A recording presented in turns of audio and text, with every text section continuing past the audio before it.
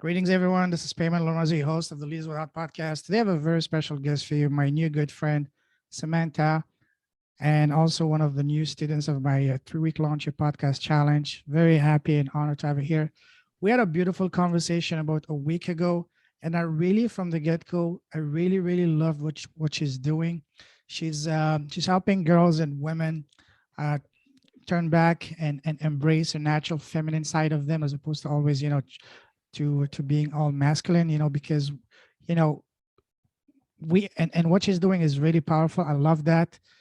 And yeah, we're going to talk about that. As soon as I heard that, I said, wow, listen, you have a very powerful, beautiful voice, beautiful mission that needs to be shared far and wide with the world. And it was obvious for me, and it's an honor to invite you here to share a story and talk more about um, her vision. So she's currently based in beautiful tropical Western Minnesota right now. So it was very hot yesterday, just like here. She was I'm sure she was sunbathing outside. I hope you didn't forget the sun the sun The lotion. sunscreen, Yeah. yes. And really, she has as I said, she has a powerful message and an even more powerful tagline. She's cultivating leadership, and leadership cultivator. That's her title, official title, and who knows, maybe a podcast brand name.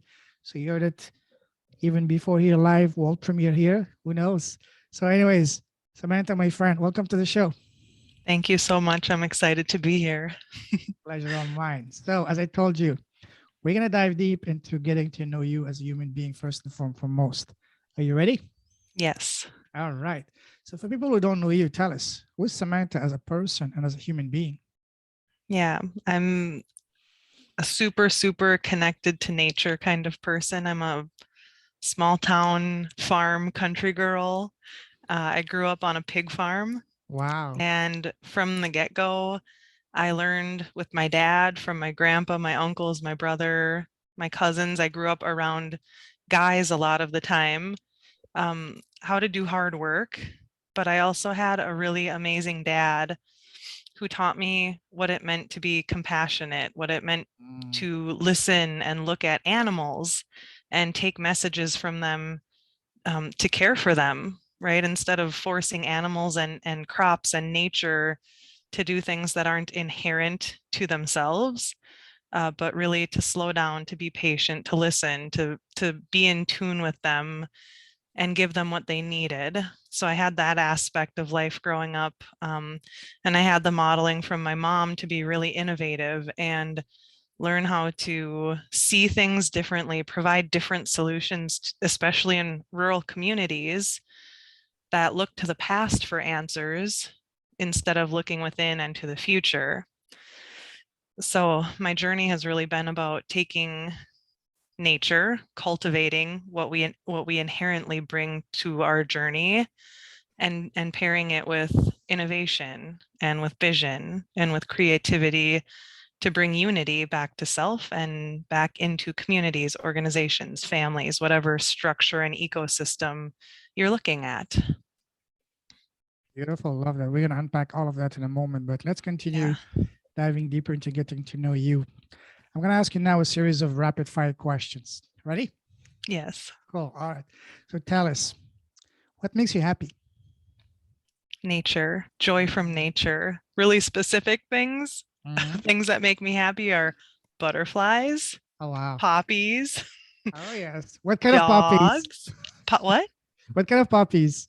What kind of poppies? I Yes. love just like the old traditional orange poppies. I Oh, had a yeah. great grandmother that Mm. planted some. She was from Bohemia Oh, and wow. planted them on like our family's original farm here in Minnesota. So Wow. kind of a legacy thing for my family. Beautiful. Now, Yeah. what makes you smile? Happy children. Oh, yes. Oh, yeah. Yeah, I used to be a teacher, so I think of like being outside Wow. with kids and kids laughing and playing. Absolutely. Now, let's take the happiness factor a couple of notches even higher. Tell us, what makes you come alive? What makes your heart sing? Really specifically, what makes my heart sing is seeing like middle school girls especially Mhm. starting to recognize who they are, what their talents are, what their niche in life could be, and being able to say no when people start imposing their belief systems on them. That Love that. critical time in life. Yeah. Absolutely. Absolutely love that. Now, on the other side of the spectrum, what makes you sad and angry?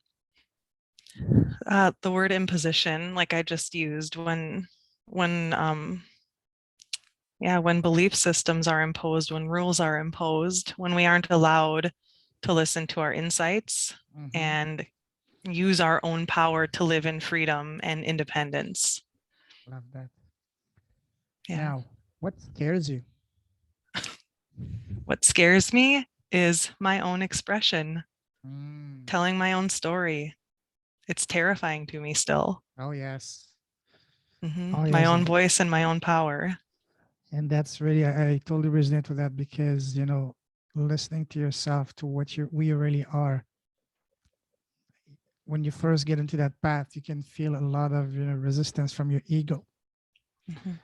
And yeah, that was probably my hardest battle in my life, but I'm so glad it was worth one that was really worth fighting for and winning. Because once Yeah. you do that, the potential opportunities become absolutely endless as far as growth and being enriched as a person and wisdom and all that. Yeah. Wow. Now, I know you're a very talented person, but tell us, what is your number one personal superpower? The skill of ethnography, right? As a child, I was very, very quiet, very Mm. observant. If I was in a room full of people, you could usually find me sitting in a rocking chair in the corner, just kind of watching things. So from early on, I learned how to read a room and how to read people and pick up on energy and implicit messages from people. I think a lot out of the survival and the safety thing to see where I fit, where I was accepted. But that spiritual gift has turned into a really powerful opportunity to help on a larger scale, on a broader scale, not only individuals, but communities and organizations learn what culture really is about. Love that. Now, Mhm. you love traveling, right? Yes, I love traveling. All right. Tell us, what's the very first trip you took? When I was in high school, I had the opportunity to go to Ecuador and the Galapagos Wow. Islands. So as Wow. a little kid, I had traveled like in the US with my family, but I never considered that traveling. So it Hmm. was really when I got to independently go with just a friend and a coach.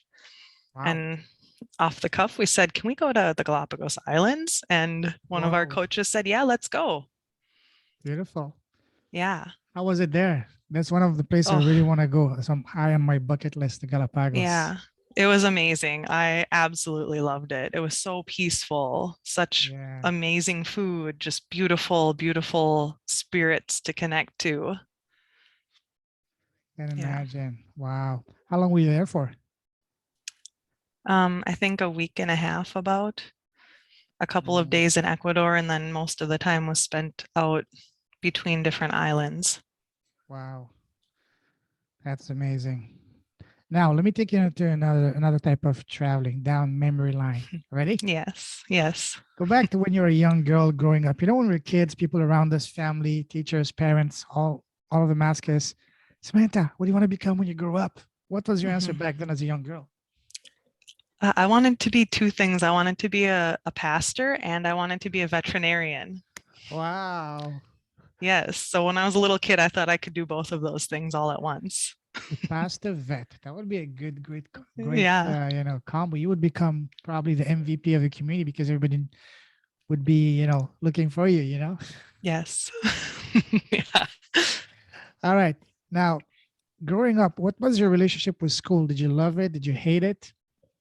Oh, loved school. Mm. I was like the hyper achiever, but not it was I just loved to learn. I love books. I love exploring with my hands. So it didn't matter what the subject or topic was. I excelled. I just dove into it. I would get focused and immersed in it, and I loved it. I loved school. Yeah, me too. When I was a kid, there was two places you could find me. One on the soccer pitch and two in the library. You know, Yes. I love those things. Awesome. Yes. Now, what was your favorite subject in school? English. I loved literature. I loved to read. I loved to write. And I think as a child, I remember like sitting in church with my parents, and we'd have the Sunday bulletin, and I would sit and pick apart the structure of Mm, the readings. So I love the structure of grammar wow, and how you actually put together a sentence, a paragraph, a story. wow. So I love it from the creative side. I also love more technical academic kinds of writing. So I love to write. I love to read. These are great skills indeed. Now, what was the one subject you could not stand at all? This is very interesting for me, but I hated physical education. Really? Yes, and I Growing up in a became, farm, playing with pigs and all that, I thought it would be a I natural know, thing for you. no, I hated Phi even though I was an elite athlete and I went on to teach physical education. I just had an experience in Phi that was like, it was so old school and so not about personal movement and personal wellness. It was more about if you can't run a certain distance in a certain amount of time, you're not good Mm. enough. Was that a specific teacher? No, it was just the culture of what physical Okay. education has Wow. become. Yeah. And then again, I found a teacher who started introducing yoga and meditation, who started Wow. introducing personalized well-being. And all of a Mm, sudden I thought, maybe there's something here for me. So wow. that's what I chose to pursue then. Heal movement for healing. Are they teaching meditation in high school? Because when I went to high school, we'd had nothing like that. I think it's few and far between. Not very many Mm, places do, but I happen to have a very wow. Lucky you. special, unique teacher who Mm. started introducing things like that, not only in physical education, but also to any of the athletic teams that she coached. That reminds me of a story of a phenomenal guy on my podcast on long ago. He grew up in New York City, and long story short, he had his fair share of crap and all that, being homeless for a while, and then bounced back to becoming an investment banker. He quit that. Now he's doing meditation and yoga. And at one time, he was teaching meditation on the West Coast in California. And one assignment he was given was to go teach kids in juvenile prisons. And these are Yes. kids that have absolutely no attention span, completely unruly and all that. And he started teaching them yoga. And Mhm. believe it or not, it was the only class they would pay attention. And after that, they completely became different people. So wow, Yeah. if that can help even kids that supposedly people society have started to given up hope on them, if that can change their lives to them, imagine what it can do to so-called normal kids in Yeah. education and thing. Wow, Mhm. that's really powerful. All right, Yeah. so now, what was your very first job? In high school, I got to start my exploration of coaching. So summer rec with younger kids. Mm-hmm. That was my very first job as a kid. As an adult, my very first job was teaching and coaching.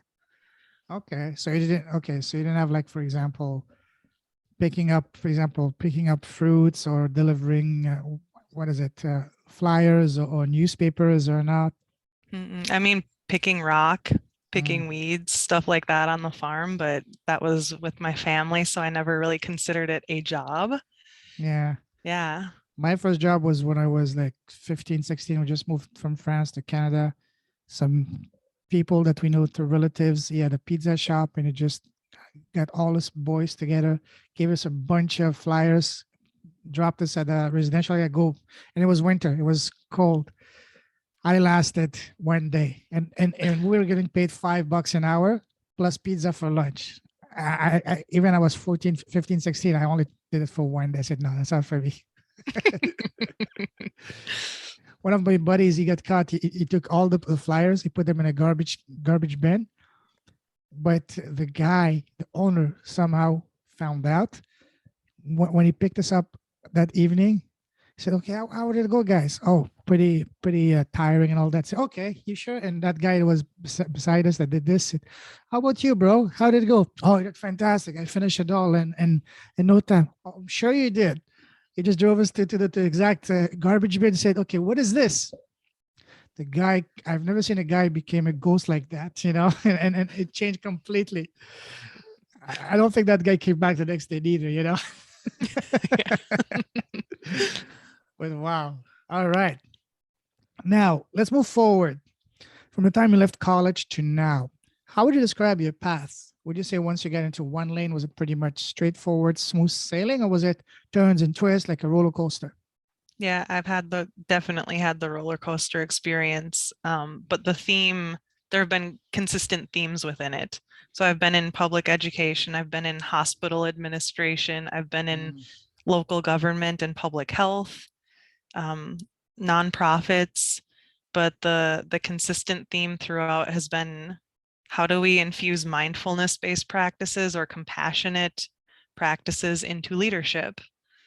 Right. So experiencing leadership in those kind of public service sectors and becoming very disillusioned with leaders who are manipulative, are leaders who betray their people, right? People without the backbone to actually stand up and have the courage to follow through on changes that they propose.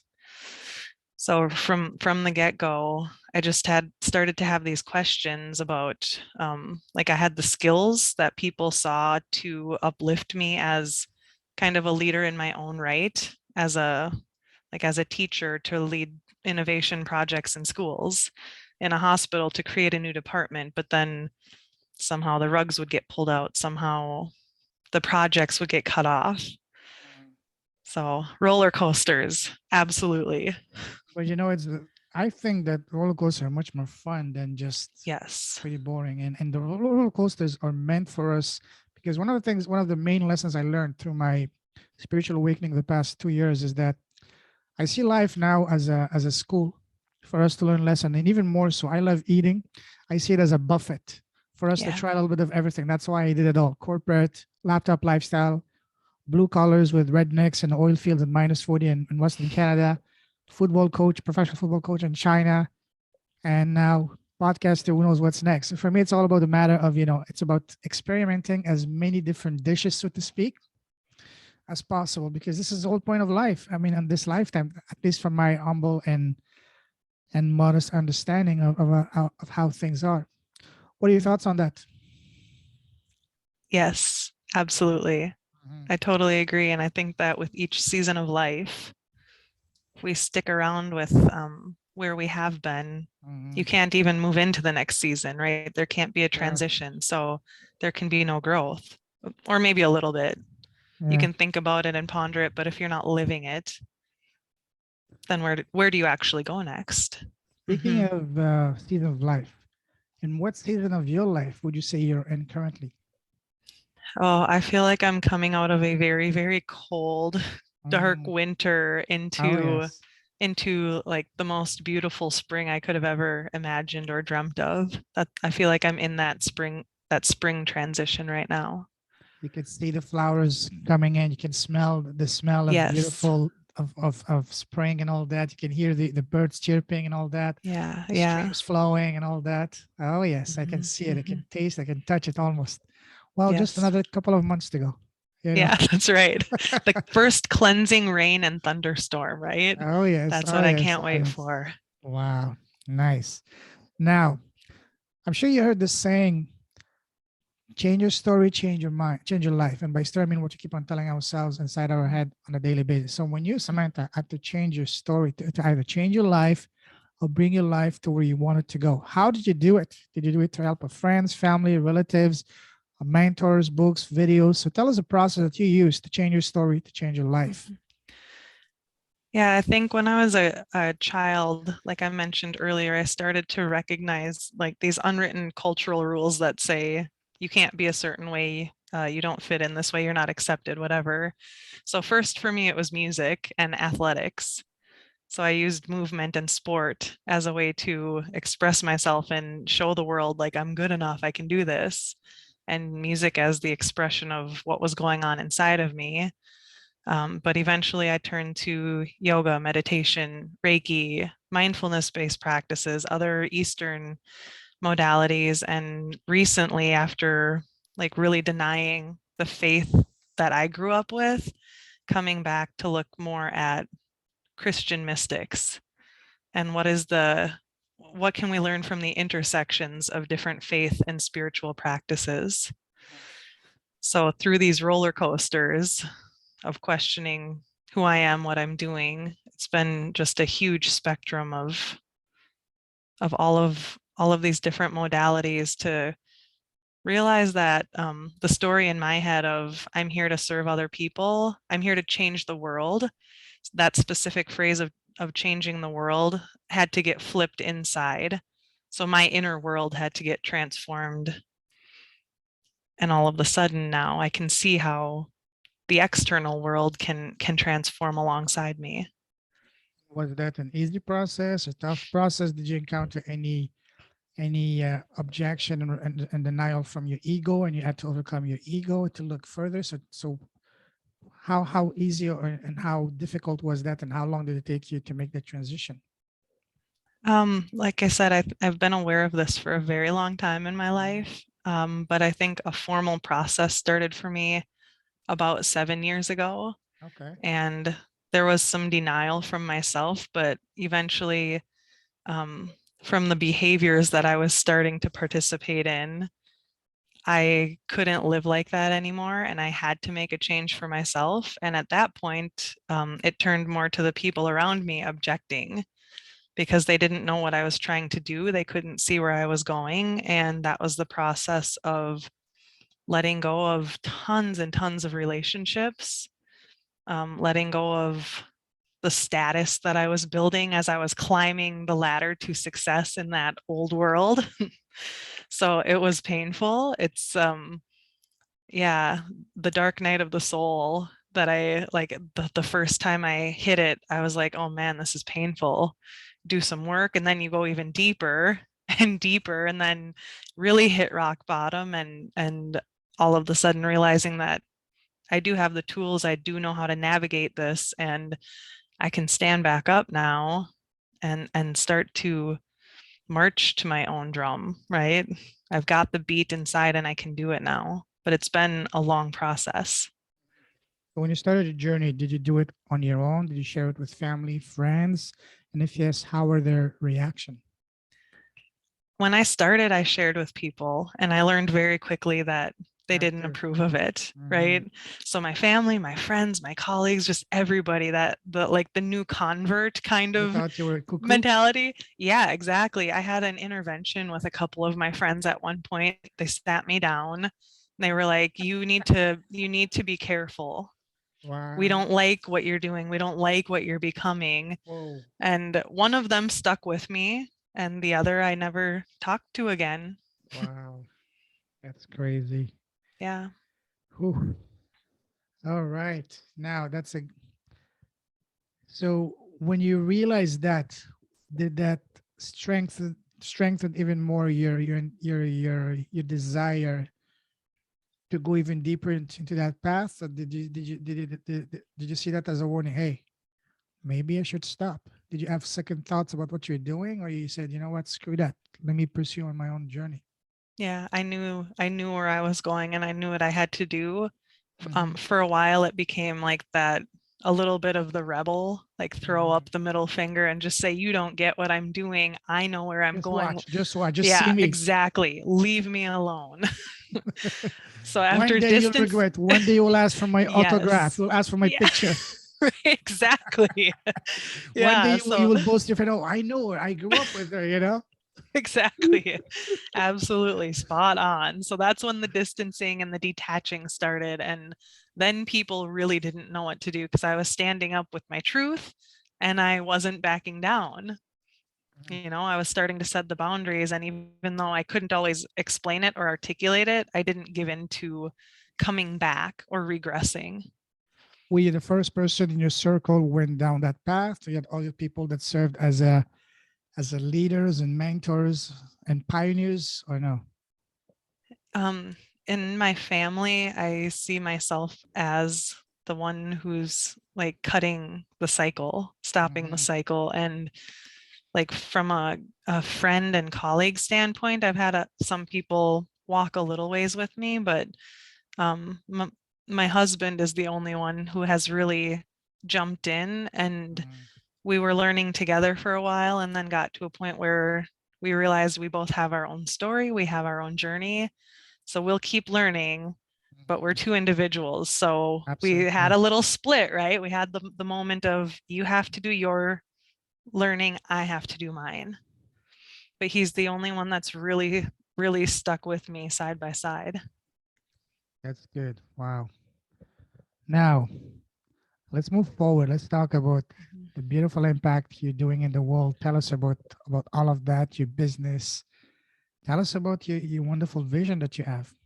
Yeah. So with leadership cultivation, it goes all the way back to those roots that we started with, right? Learning how to listen, how to slow down, how to watch and observe, Mhm. and help people tune back into their heritage, their ancestral and inherent gifts and wisdom, Mhm. but taking those to the next level. So how do we find what we were born with? How do we find the purpose and the path, and to take that into self-leadership, transformation to lead our own best life so that we can change the inner world and then change the outer world.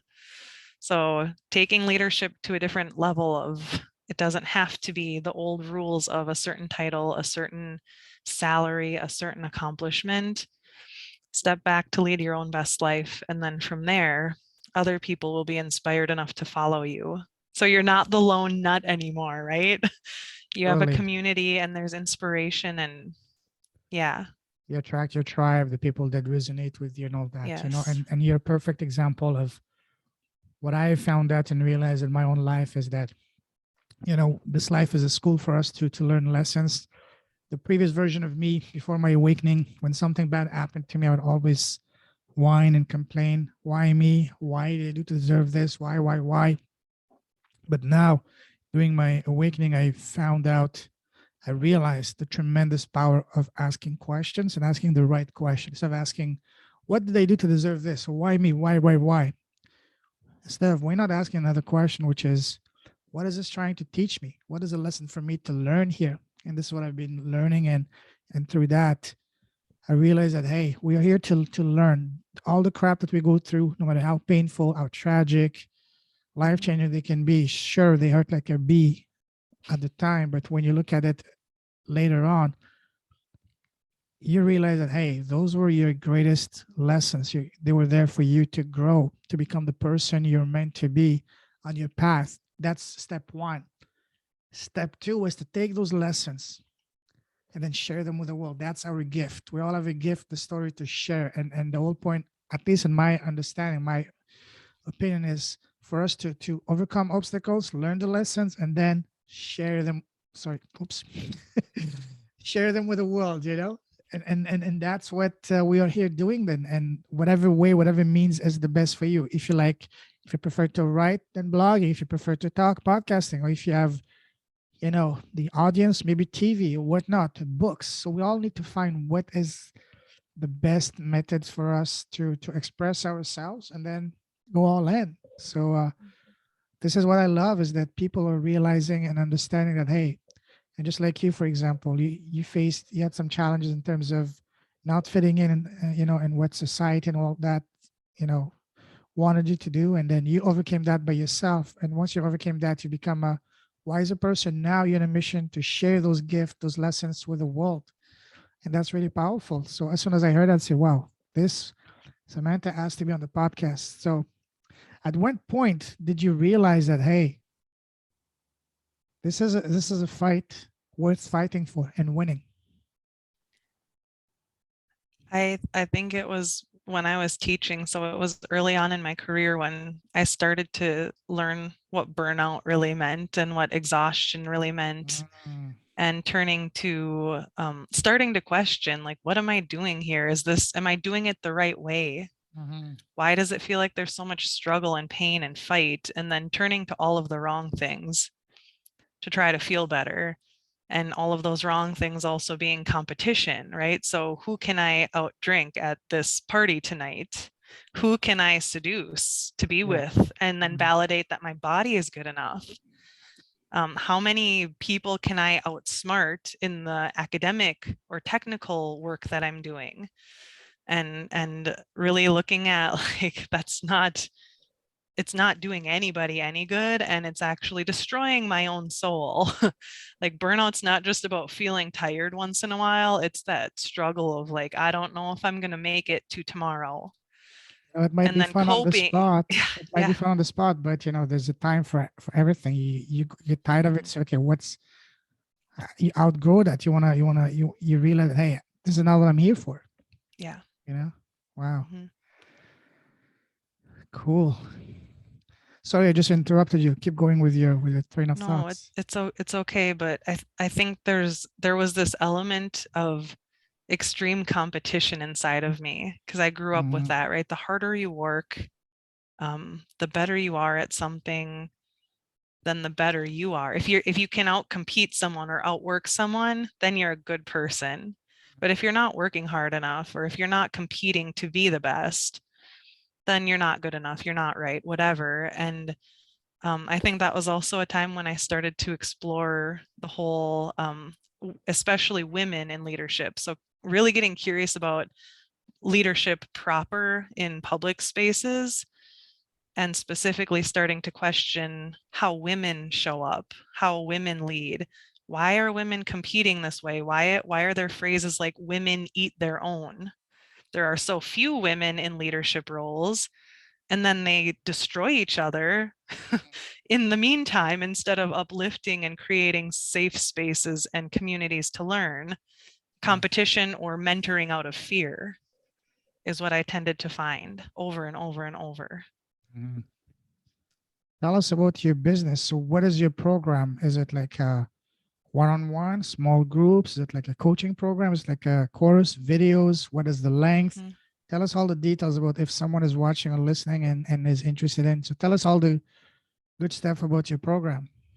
Yeah, so I have one group called the Rebel Yell Collective, and it's all about women learning to express from the strength of womanhood, the essence of what it means to be a female who can be strong and also compassionate, and not taking like that dynamic opposition or the dichotomies and those binary concepts as like one is good, one is bad, but how to create that balance inside of yourself. So the Rebel Yell Collective is all about the self-leadership. And that's a mentorship program, 6 sessions as a small group or a team. I've done it with teams within companies, which has been really fun because you see completely different kinds of results and experiences. The next level over is the organizational and community leadership. So it's called the Natural Born Leader Experience. And it's taking your spiritual gifts, learning some mind-body ethnography practices and different kinds of participatory planning and strategizing principles, and taking it into like a co-led project management style, right? So you're going to go take it into your work, but I'm going to be right here next to you, helping you learn as if you were a consultant coming in from the outside, and observing the culture of the work that you do. And the third kind of bucket is looking at retreats for girls and women. So I have virtual circle for middle school girls called Brave Girl. I have a virtual circle for high schoolers called Warrior Heart, and then a women's group called Womanhood and Leadership. So it's all women from any background, more about the spirit of how you want your work to come out in the world, and reviving the essence of womanhood, stepping back into that space of compassionate leadership. How long have you make a been change. How long have you been running these programs for? I left my last job about It was a month before all of the COVID quarantine stuff, Wow, what a perfect timing, yeah. right? Yeah, so I've been doing like the mentorship Mhm. work and organizational ethnography for a couple of years, but the circles and the smaller groups like that, I just started up a few months ago. Awesome. Wow. Yeah, so So one fresh. beautiful. Wow. One question I want to ask you is, I remember from a conversation last week, you mentioned that at least the gist of it that I get was that you want to empower women to embrace the feminine side and not turn out to become the angry, bitter feminist. Mhm. So when you introduce those notions, which goes completely against the grain of what women and a Western culture are being taught from the moment they're born, what kind of resistance did you encounter from these women? And tell us how did you help them overcome these false beliefs? Some women don't want to hear it. Mm, So when we start to have conversations, usually I get ghosted, right? It's really? that the Wow. yeah, absolutely, because it's women's empowerment, but then it turns into this fight and this competition and this political agenda. So in that realm, I usually just get ghosted, and I find out very quickly who's actually in it for the sustainable long-term transformational process. And the women who resonate with it but have never experienced a model like this, Dare to usually, express it. Yes. yeah, usually it turns out like our initial conversation just ends up being lots and lots and lots of crying. Like Oh, someone yes. actually hears me. Somebody sees that I have a different gift. I'm not just here to push numbers and to make quota and be this productivity robot or to be the dictator in my organization. To be like I the have a different boys, skill. you Yeah, know. exactly. Mhm. Yeah, Wow. so right, like you mean I can dress differently? You mean I don't have to do my hair this way? Such simple, simple things. And the common word with girls and women is always permission, right? Like you gave me permission to love myself. You gave me permission to listen to myself. Right? And then I have to say, I didn't give you permission. You gave yourself permission finally. And the soul opened up. Oh, And yeah. that's what all these tears are, right? It's that soul exercising and letting go of the junk, just like the No, body at the gym. just like it's okay for a girl to be a girl, it's as much okay for a guy to be manly because that's what we are. We need to not to suppress, but to embrace our natural divine being. If you tell a boy, don't be too manly, be like a girl, be effeminate. Or if you tell a girl, cut your hair short, dress like a boy, talk like a boy, you need to be tough, you need to show them, you need to kick some ass. You're destroying the person internally. You create a lot Yes. of confusion, and Yeah. confusion leads to mental issues and suicides and unhealthy relationships and so on and so forth. But yeah, absolutely. No, that's why I said honestly, Samantha, you're doing God's world on this planet. Just because you're just starting, just because you're helping only a handful of people right now, it's okay because it's gonna exponentially grow. And this is what I like always say on my podcast. If me and you talking and me and everyone else I bring on my podcast, we can inspire just one person to change their life, do good, and that person goes on to help someone else. Then it's gonna create before long a ripple effect around the world. So you, even if you have just one or two women a month, you really change, help them, give them permission, so to speak, to love themselves who they really are at the core. And then they become so much more productive, so much more creative, the way they want it to be, and it's alignment with their heart. Imagine what kind of change, what kind of gift they will be to the family, the community, and the world. And they can inspire other women outside. I mean, this is absolutely one of, I've had the honor of talking to over 140 people, and this is one of the ones that, even though I'm a guy, but I've seen that. I've lived around the world and I've seen how badly this has affected women, especially in the Western world. This is one of the most commendable missions I've heard in a long time. So this is why I will be, for as long as I can, I will be one of your biggest supporters, biggest cheerleader for you, because we need you. The world needs you. you and your beautiful message. So keep shining your light, my friend. Keep blessing the world with your message, with your presence, because we need you, and this is the right time for a person like you. You know, the fact that you're realizing to that this is your mission, this is your destiny. You know, you were everything that you went through was like a preparation for you to step up in the big stage. This is your big stage. This is your Super Bowl, your NBA Finals, whatever you want to call it. This is your time to show, you know, to shine. So grab it and bite it with both hands and all of your teeth you have, and make it happen, because this is your gift. This is your, I mean, at least from what I can see, this is one of your primary reasons for being here. And as far as I can see, you're gonna be an ace. You're gonna be crushing it. I'm not gonna say good luck because you don't need it. I will say in advance. Samantha, my friend, congratulations. I'm super proud of you, super happy for you. You're gonna kill it. You're gonna kill it. And unlike the people that were doubting you, I will say, you know what? I will be there with you when you get on that stage. I will be with you, and I will be, you know what? This person, I'm not gonna take the credit, but I will say this person, I knew from the start that she was gonna go far, because I could see it the way she talks and her eyes, and but most importantly because she went through that. The greatest businesses, the greatest changes come from people that overcame their own issues. Mhm. And that's why on the program, you know, I don't know if you remember on day one, I really emphasized on try to identify a very specific person with a very specific pain point.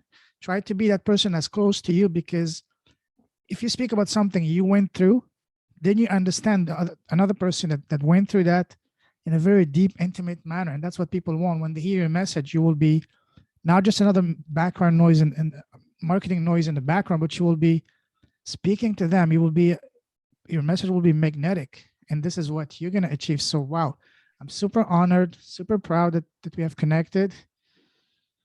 And I can't wait to see you soar to the heights that you're meant to be. Thank you. Yeah, I appreciate that very much. Seriously, wow. Now, you mentioned that you're helping women. What would you say is your ideal client avatar? Do you have any specific women in mind, or basically any woman? No, it's I really think about women who are emerging into leadership. So it's more of like a spiritual psychography than it is a specific age, but it's women who are questioning what it means to be quote unquote in charge. Mhm. What are the responsibilities that come with it? What am I doing it the right way? Um, yeah, visionaries who feel suppressed, creatives who feel like they're unheard.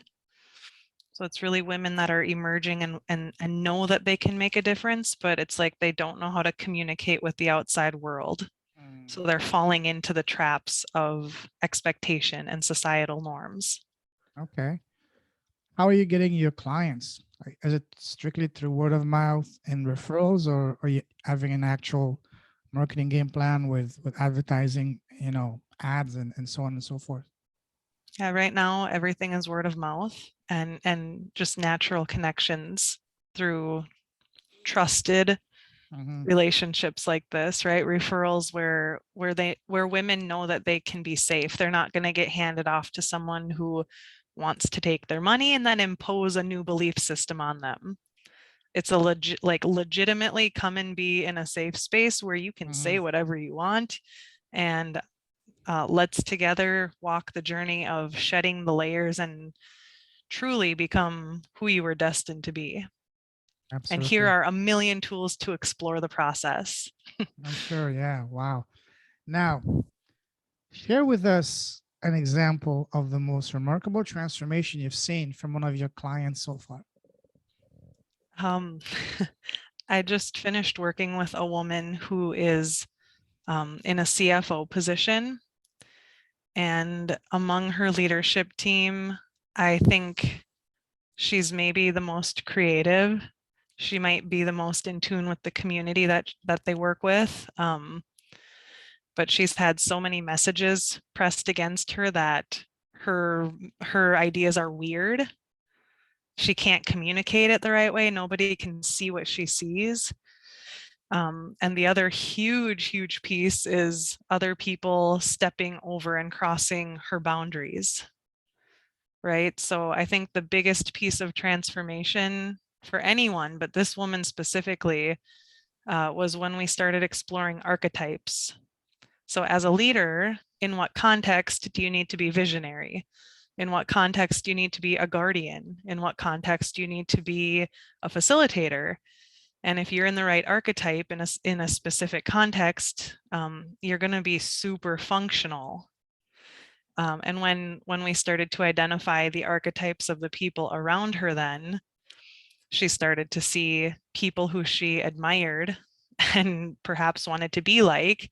All of a sudden, we could see that their archetype was bully, their archetype was dictator.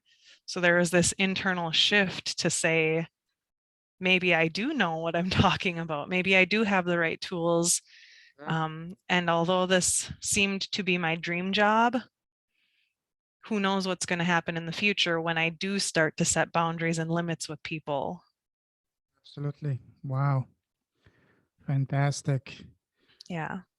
Now, let's talk about cause. The theme of this Mhm. podcast is what cause is dear to your heart. What would you say is the cause that you're most passionate about?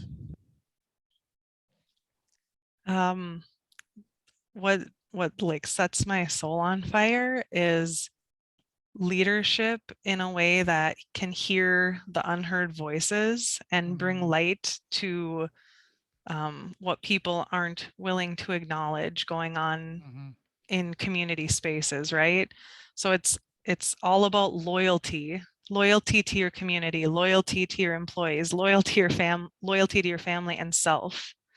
So it's really easy, I think, in leadership, um, at least from my perspective, to motivate people. I believe motivation is a manipulation instead of inspiring, right? Hearing, Great. seeing, honoring, and inspiring based on people's actual needs and people's actual vision and skills. So again, instead of imposing and placing this box and cage around people and saying, oh, I hear you, and really it's just whatever you feel like doing because you think it's going to get you ahead in the world, stepping back and if it means a little bit of sacrifice on your part, you do Sure. what the community needs. You do what your employees need because it's for the greater good. Absolutely. And I love what you said about motivation. You know, motivation, from my experience, doesn't, sure, it might work just for an hour or two, maybe a day or two, but then it goes off. Mm-hmm. It stops working. You Mm-hmm. need more than motivation. You need inspiration, because Yes. inspiration stays with you at all times. You need to find your why, your cause. That's, as you said perfectly, what what makes your soul on, sets your soul on fire. This is something that each of us has to find. So wonderful. I love the way you phrased it. Okay, beautiful. Now, listen, Samantha, it's an absolute pleasure talking to you. And I'm so glad that now you have a voice. I mean, you had a voice before, but now you have a podcast. Can't wait to hear your episodes and all that. But let's start wrapping this up. And to finish, I'd like to ask you a series of rapid fire questions on advices. Are you ready? Yes. All right. So what would you say has been so far the greatest piece of advice you've received?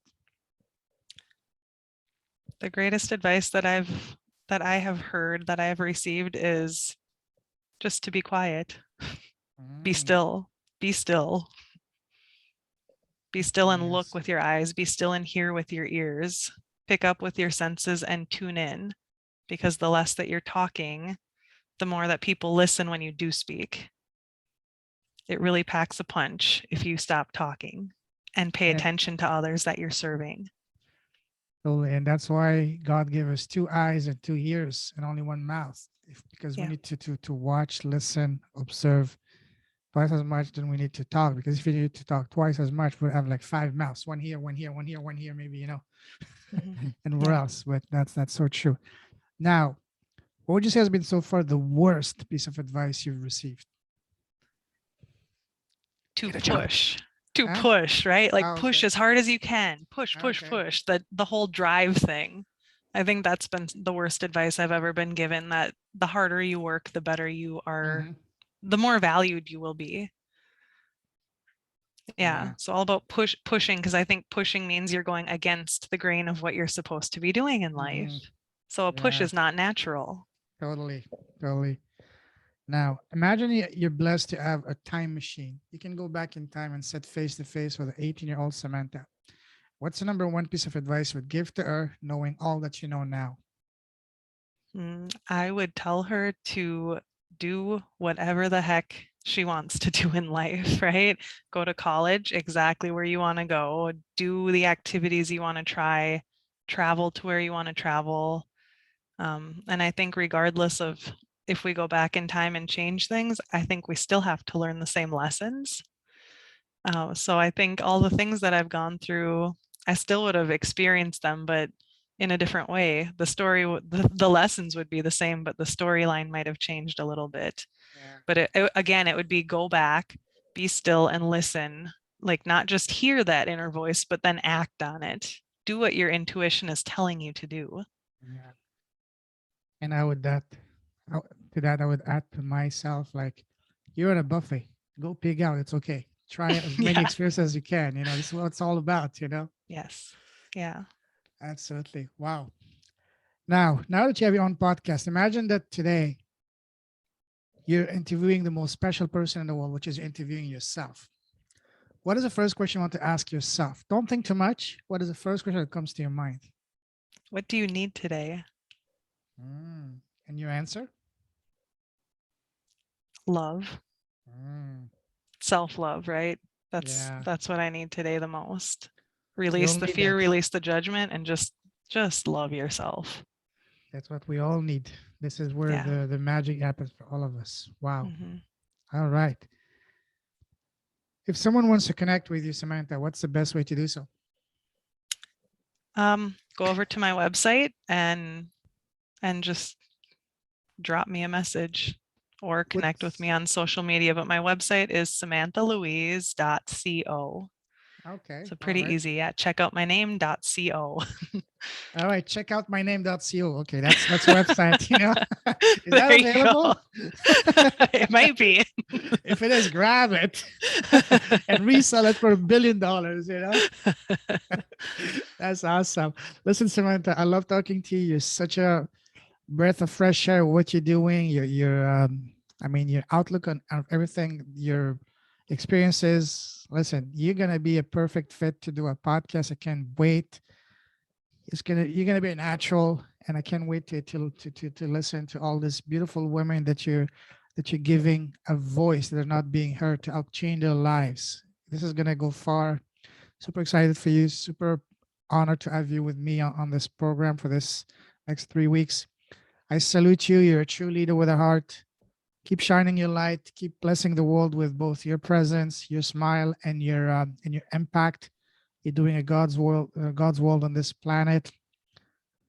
Stay safe, stay awesome. God bless you, my friend. Take Thank care. you. You're welcome.